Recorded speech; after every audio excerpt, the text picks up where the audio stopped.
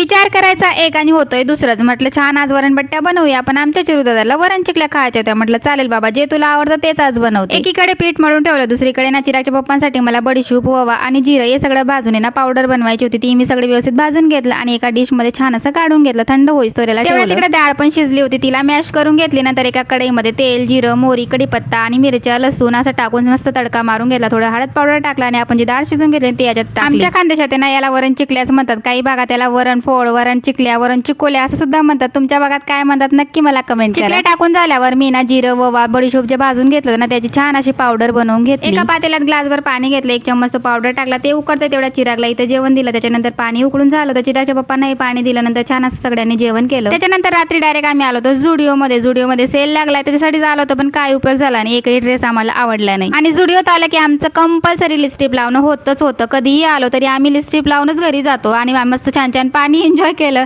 आणि तसेच आम्ही घरी आलो. कसं वाटलं व्हिडिओ नक्की सांगा. चॅनलवर नवीन असेल तर सबस्क्राईब करा, लाईक करा, शेअर करा आणि कमेंटही करा. Thank you so much for watching. Bye.